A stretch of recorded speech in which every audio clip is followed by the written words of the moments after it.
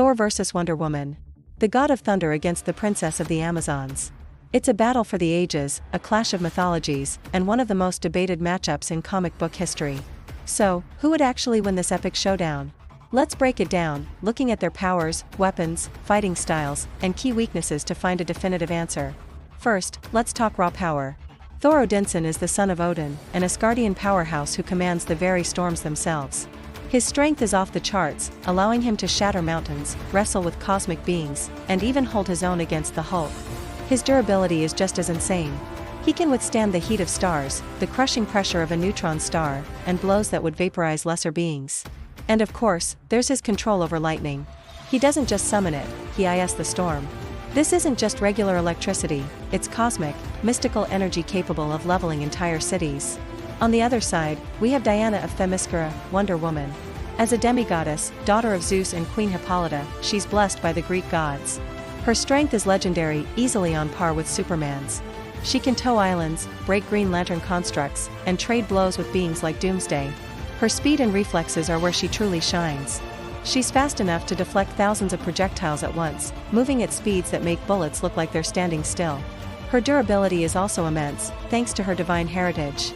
She can take hits from the strongest villains in the DC universe and keep fighting. So in terms of pure stats, they are incredibly well matched. Thor likely has a slight edge in raw, brute strength and destructive power, especially when he unleashes the full force of the god Tempest. But Wonder Woman has a significant advantage in combat speed and agility. She's a much more fluid and precise fighter, while Thor can sometimes be a bit of a brawler. Now, let's bring in their iconic weapons. Thor wields Mjolnir, and later, Stormbreaker. Mjolnir is forged from the mythical Yoru metal and enchanted by Odin himself. It's virtually indestructible, always returns to his hand, and allows him to fly and channel his weather-controlling abilities. Stormbreaker is even more powerful, an axe hammer capable of summoning the Bifrost Bridge, giving Thor interstellar teleportation at will. It's a weapon designed to kill gods. Wonder Woman's arsenal is just as impressive.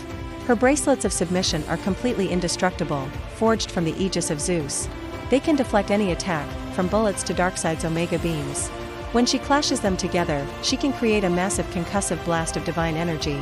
Then there's the lasso of Hestia, her most famous tool. It's unbreakable and, more importantly, compels anyone caught in it to tell the absolute truth. This isn't just a lie detector, it can shatter illusions and break mind control. Finally, her sword of Athena. This blade is magically sharp, capable of slicing through atoms and wounding even beings as powerful as Superman.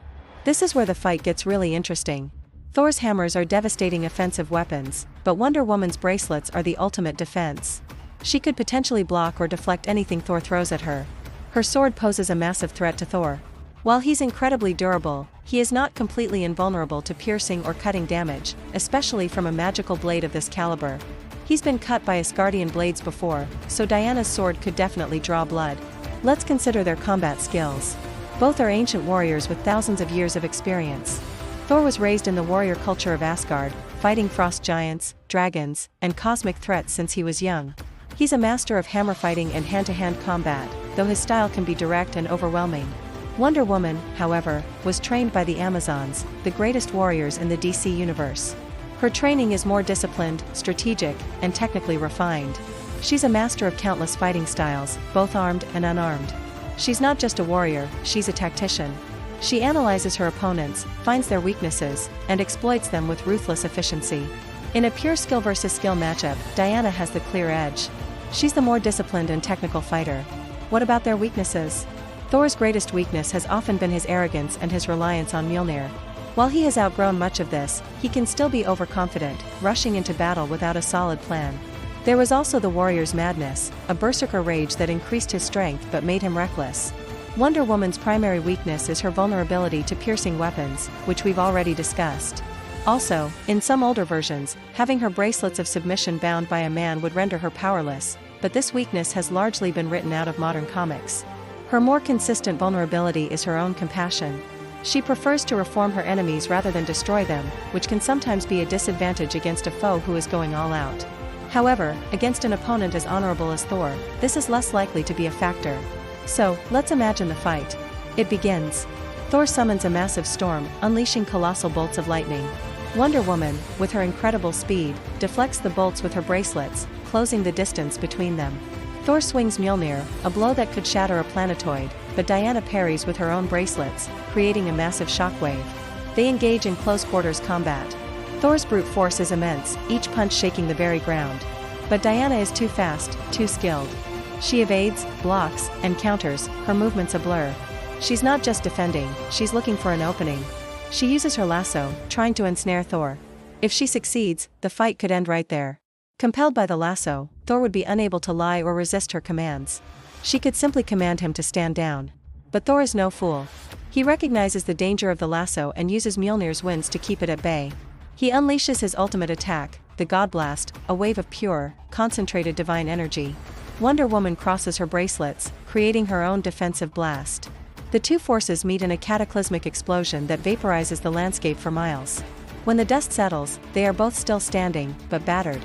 Thor is impressed by her resilience, and Diana by his power. But the battle has to have a winner. This is where the small advantages start to add up. While Thor's power is cosmic and vast, Wonder Woman's combination of speed, superior fighting skill, and her specific set of weapons gives her the edge. Her Sword of Athena is the perfect tool to bypass Thor's incredible durability. Her bracelets can defend against his most powerful energy and physical attacks. And her speed means she will be landing more hits, more precise hits, than he will. Thor's best chance is to keep his distance and overwhelm her with area of effect storm attacks, or land one truly devastating blow with Stormbreaker. But Wonder Woman is a master at closing the distance and turning a brawl into a technical duel, a fight she is better equipped to win. So, after a long, earth-shattering battle that would be sung about for millennia, I have to give the victory to Wonder Woman. It would be incredibly close, one of the toughest fights of her life. But her superior combat speed, tactical mind, and her atom-slicing sword would eventually allow her to find an opening and incapacitate the God of Thunder. Thor is a force of nature, but Wonder Woman is the perfect warrior, designed by the gods for victory. What do you think? Did I get it right, or is the God of Thunder being seriously underestimated? Let me know your thoughts down in the comments below. Who do you want to see matched up next? Thanks for watching, and don't forget to like and subscribe for more epic battles.